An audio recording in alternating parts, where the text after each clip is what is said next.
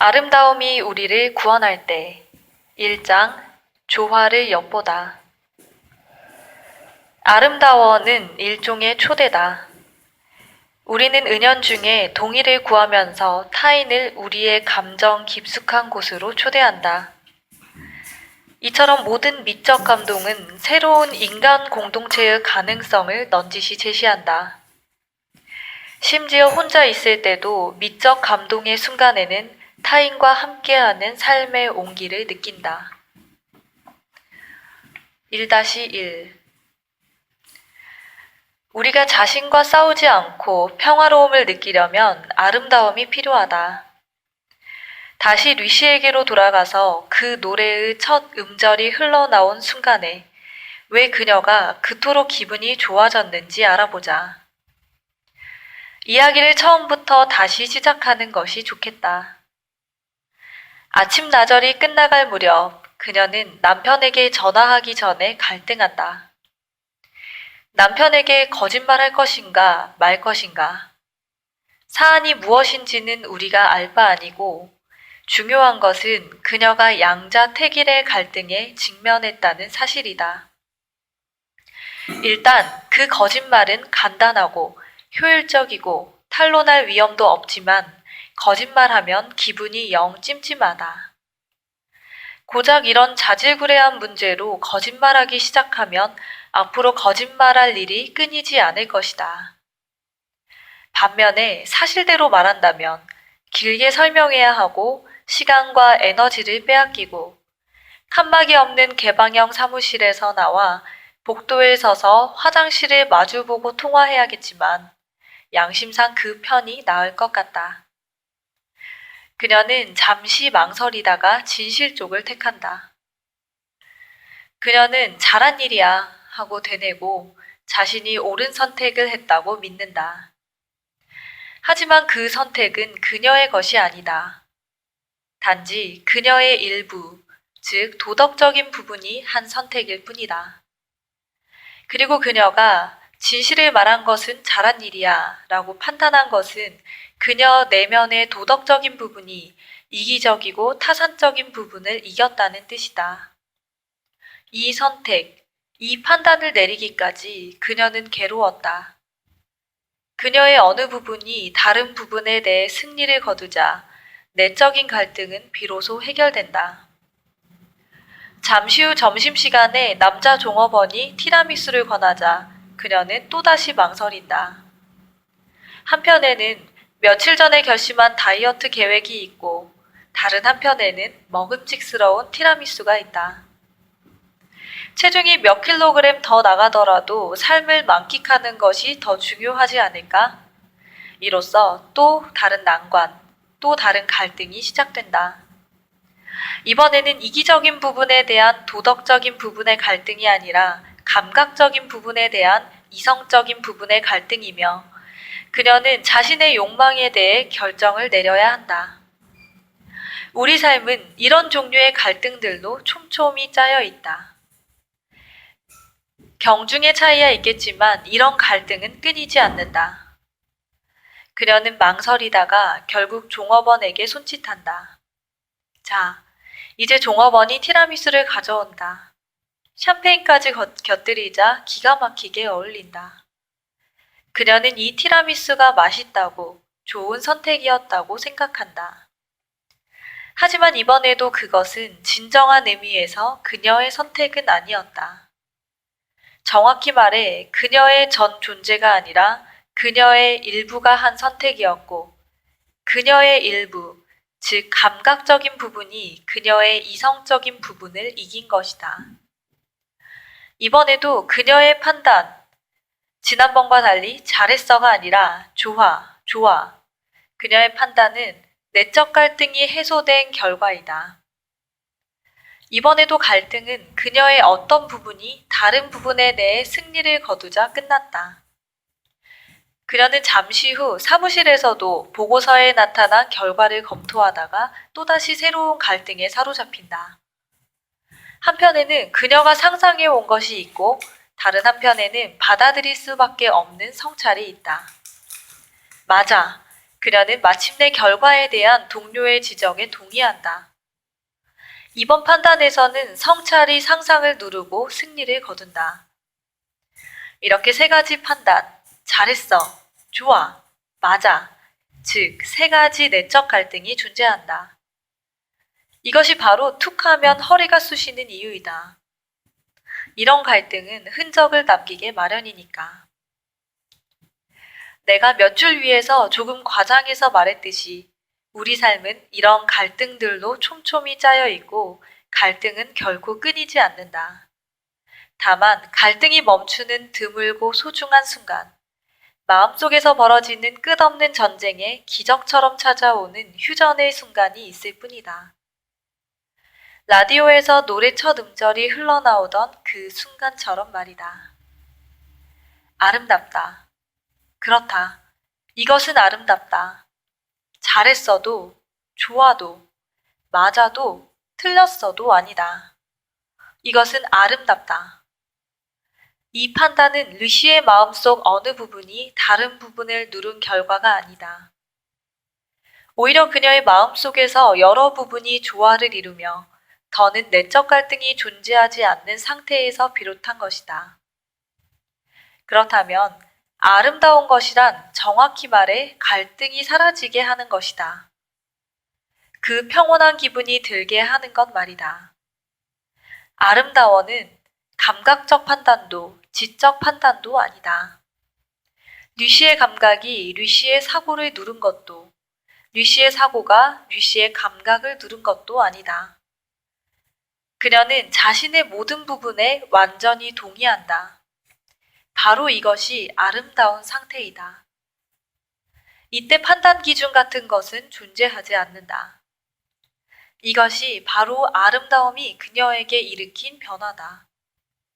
이 작은 기적의 순간, 미적 쾌락의 순간, 그녀는 자신과 화해한다. 잘했어. 도덕적 기준. 좋아. 감각적 기준. 맞아. 이성적 기준. 아름다워. 기준이 없다. 아름답다는 것은 이와 같아서 우리는 타인과도 자신과도 다투지 않는다. 그렇게 우리가 앞서 말한 충만감, 즉 자신과 세계 안에서 온전히 현존할 수 있다. 류시는 마침내 거기서 온전히 존재하게 되었다. 내가 방금 제시한 분석은 임마누엘 칸트가 판단력 비판에서 보여준 논의에서 영감을 받은 것이다. 이 엄격하고 고명한 사상가는 탁월한 사고보다 편집광적인 생활 습관으로 더 유명하다. 매일 아침 4시 55분에 일어나고 한평생 똑같은 시각에 차를 마시고 태어나서 죽을 때까지 고향인 퀘니이스베르크를 떠난 적이 없었다. 매일 산책 시간을 어찌나 엄격히 지켰는지 퀘니이스베르크의 아낙네들은 그 철학자가 지나가는 것을 보고 조리 시간을 맞췄다고 한다. 당시에 사용하던 시계보다 훨씬 더 믿을만 했던 것이다. 또 땀 흘리는 것을 극도로 싫어했던 칸트는 계절과 주야를 불문하고 실내 온도를 0.5도의 오차도 없이 일정하게 유지하는 고도로 정밀한 온도 조절 장치를 집에 설치했다. 그가 스스로 정한 일과를 어긴 것은 일생에 단 한 번. 1789년 어느 아침 프랑스에서 오는 우편물과 신문을 받으러 나갔을 때 뿐이다. 그런데 미적 쾌락이라는 수수께끼를 풀기 위해 선택한 대상이 고작 강박증 환자라고? 아름다움을 경험할 때 예기치 않게 솟구치는 감동에 접근하기 위해 고른 대상이 고작 자발성 혐오자라고? 그렇다. 당신이 놀라는 것은 당연하다. 칸트가 살아생전에 그리고 오늘날까지 세계에서 존경받는 철학자 가운데 한 사람이 된 것은 무엇보다 능력들의 갈등 가설 때문이라는 점을 고려한다면 말이다. 잠시라도 칸트를 보려고 전 세계에서 방문객들이 몇 주간의 장도 끝에 찾아와 그의 집 초인종을 울리곤 했고 칸트는 그들에게 문을 열어주고 정중히 인사한 뒤 문을 닫고 다시 작업에 착수했으며 방문객들은 철학계의 코페르니쿠스의 얼굴을 본 것을 기뻐하며 돌아가곤 했다. 칸트는 인간의 내면에서 상이하는 능력들이 벌이는 이런 투쟁이 없다면 인간의 위대함도 없다는 것을 보여주었다. 이를테면 실천 이성 비판을 통해 도덕 차원에서 논증한 바와 같이 선을 실천하는 것은 그 선의가 자연스럽지 않을 때만, 그 선의가 인간이 타고난 이기심의 저항에 부딪힐 때만 위대하다. 만약 우리가 선을 실천하는 소질을 자연적으로 타고났다면 선을 실천하는 것은 칭찬받을 일이 되지 못할 것이다. 도덕적인 사람이 되려고 노력하는 일이 고결한 것은 도덕적인 사람이 되기 어렵기 때문이다. 또한 순수 이성 비판에서 제시한 것처럼 과학적 지식 차원에서 확인할 수 있는 능력들의 갈등은 또 다른 양상을 띈다. 과학적 지식의 정확성은 인간에게 자신의 여러 가지 능력 가운데 하나인 반성이 나머지 능력을 능가할 것을 요구한다. 이렇듯 좋은 학자가 되려면 도덕적 인간과 마찬가지로 내적으로 분화되어야 한다. 감각 능력은 단순히 정보들을 지각할 뿐이고 그 정보들을 총괄해 분석하는 것은 바로 오성의 몫이다. 정보들을 가져오라고 명령하고 그것들을 처리하는 것도 바로 오성이다. 하지만 능력들의 갈등으로 존경받는 사상가 칸트는 말년에 더 위대한 발견을 한다. 그 발견 덕분에 칸트는 뒷날 더욱 칭송받게 되었으며 그 정도 경지에 오른 철학자들에게서는 보기 드문 대담성을 발휘해 자신의 이론을 수정하기에 이른다. 거대한 철학 세계를 세운 사상가들은 말년에 자신이 구축한 체계를 흔드는 요소를 발견하면 대부분 그것을 무시하거나 어떻게든 자기 체계에 끼워 맞추려고 한다. 하지만 칸트는 달랐다. 그날 칸트는 마당으로 난 창문을 열어둔 채 책상 앞에 오래 앉아 있었다. 그의 책상에는 집 전체를 통틀어 유일한 장식품인 장자크 루스의 초상화 액자가 놓여 있었다. 사색가는 잠시 작업에서 시선을 거두고 가지들이 무성하게 자라 서로 뒤얽힌 마당의 나무들을 바라보았다. 평소에 정원수들은 하나같이 완벽하게 가지치기가 되어 있었는데 정원사가 몸이 좋지 않아 며칠간 일하러 오지 못한 사이에 자연히 긴 세월에 굴하지 않고 간직해온 자기 법칙에 따라 마당을 장악했던 것이다. 그는 문득 이상한 기분이 들었다. 능력들의 갈등을 밝혀낸 이론가가 갈등이 멈추는 순간이 있다는 사실을 발견한 것이다. 바로 아름다움이라는 감정을 경험하는 순간 말이다. 그가 여태까지 남긴 수천 쪽에 달하는 저작에 그가 방금 느낀 것을 규명할 수 있는 글은 단 한 줄도 없었다. 칸트는 이 사실을 인정했다. 바로 여기서 우리는 그의 용기를, 놀라운 정직함을 엿볼 수 있다. 그리하여 이미 적지 않은 나이에 칸트는 새로운 작업에 착수하기로 마음먹는다. 판단력 비판의 지필은 그렇게 시작되었다. 우리는 머지않아 그 저작에서 미적 쾌락에 대한 획기적인 정의를 발견하게 된다. 그것은 바로 인간 능력들의 자유롭고 조화로운 놀이다. 좀 더 세부적으로 들어가 보자. 인간 능력들의 자유롭고 조화로운 놀이인 미적 감동이라. 놀이, 자유, 그런데 조화롭다. 일반적으로 인간의 능력들은 놀지 않는다, 일한다 라고 말하는 것이 옳다. 이를테면 우리가 성찰할 때 우리 오성은 지각한 두 정보 사이의 인과관계를 분석한다. 예를 들어 바닷가 풍경을 바라볼 때 우리는 관찰한 것들을 성찰하고 바닷물이 갑자기 터키옥색으로 보이는 이유는 하늘이 더 밝아졌기 때문이라는 결론에 이를 것이다. 오성은 지각한 정보들을 서로 연결해서 성공적으로 해석한다. 하지만 오성과 지각 사이에 놀이는 없다. 오성은 명령한다. 놀지 않는다. 칸트의 매우 독창적인 명제는 미적 쾌락을 느낄 때 지각과 오성이 아름다움 앞에서 서로 동조하며 논다는 것이다. 거기에 미적 쾌락의 낯섦이 있다. 우리의 다양한 능력이 우리 안에서 평상시와 다른 관계를 발전시킨다. 일이 아니라 놀이의 양태를 띤 관계를 형성한다는 것이다. 결과적으로 우리는 지각하는 대상과 평상시의 다른 관계, 즉 미적인 관계를 맺게 된다. 하늘의 눈부신 빛은 이제 해수면에 터키옥색 무늬가 생겨난 원인이 아니며 그 무늬도 빛의 결과가 아니다. 우리는 이 둘의 관계를 분석하지 않고 다만 그것들을 관조한다. 이 관조의 쾌락 말고는 아무것도 구하지 않는다.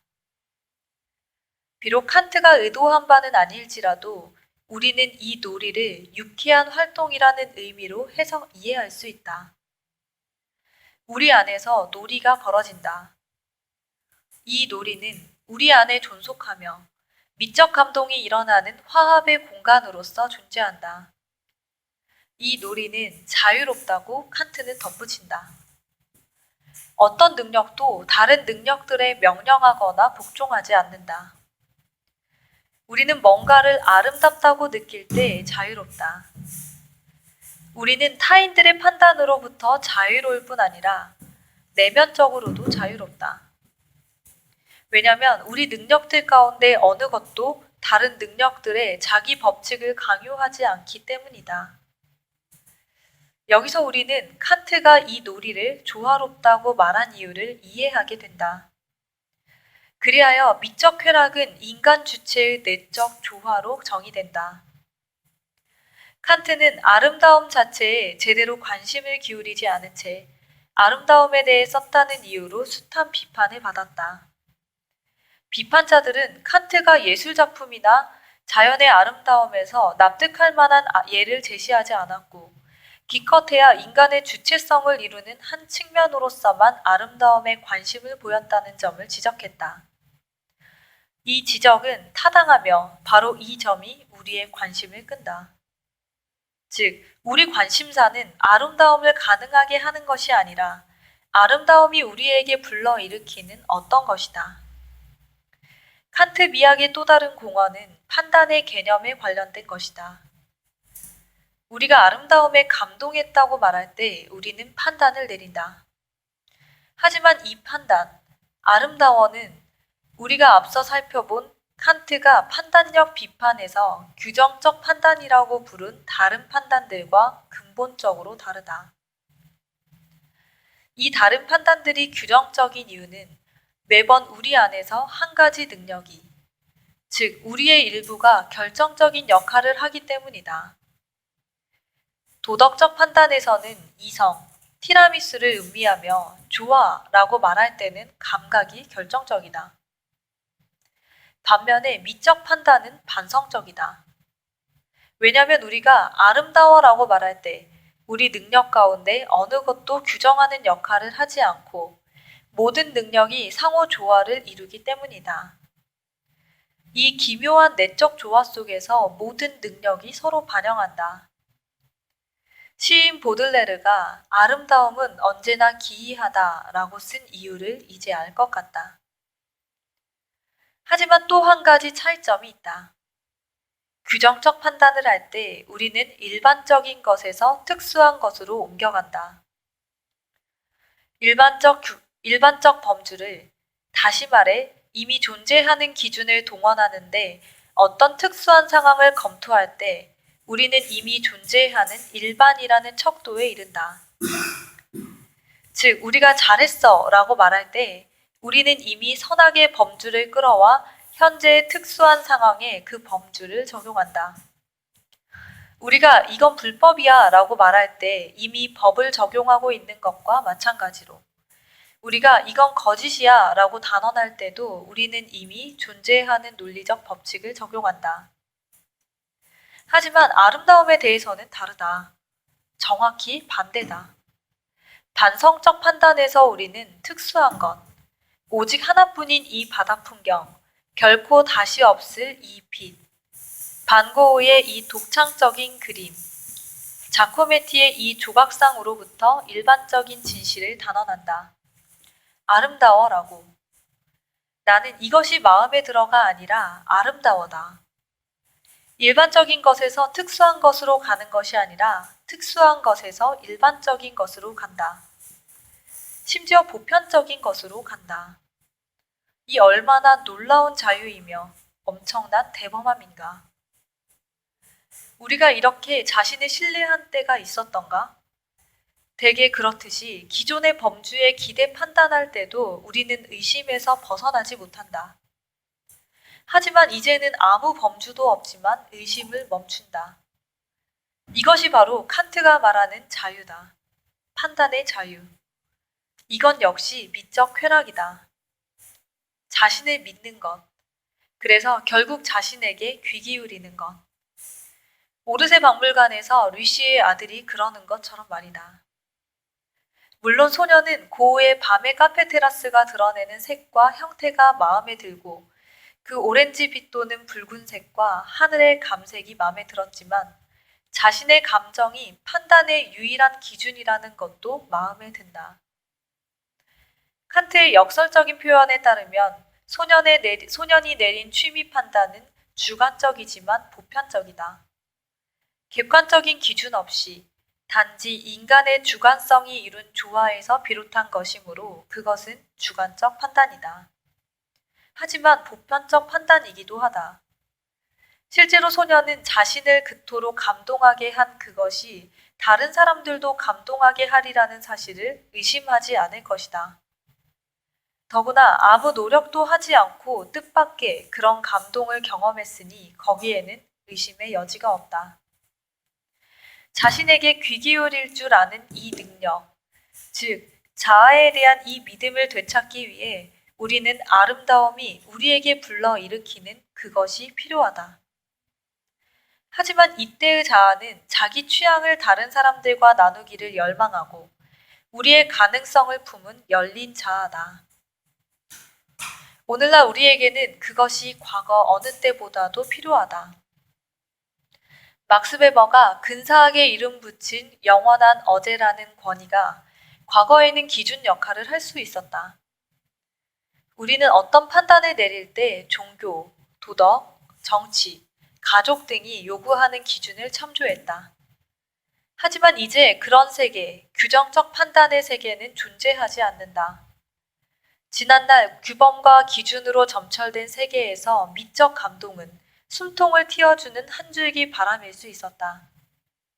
우리는 규정적 판단에 둘러싸여 있다가 차에서 라디오로 노래를 들을 때, 미술관에서 놀라운 그림을 감상할 때, 터키 옥색 바다를 바라볼 때나 반성적 판단이라는 사치를 누릴 수 있었다.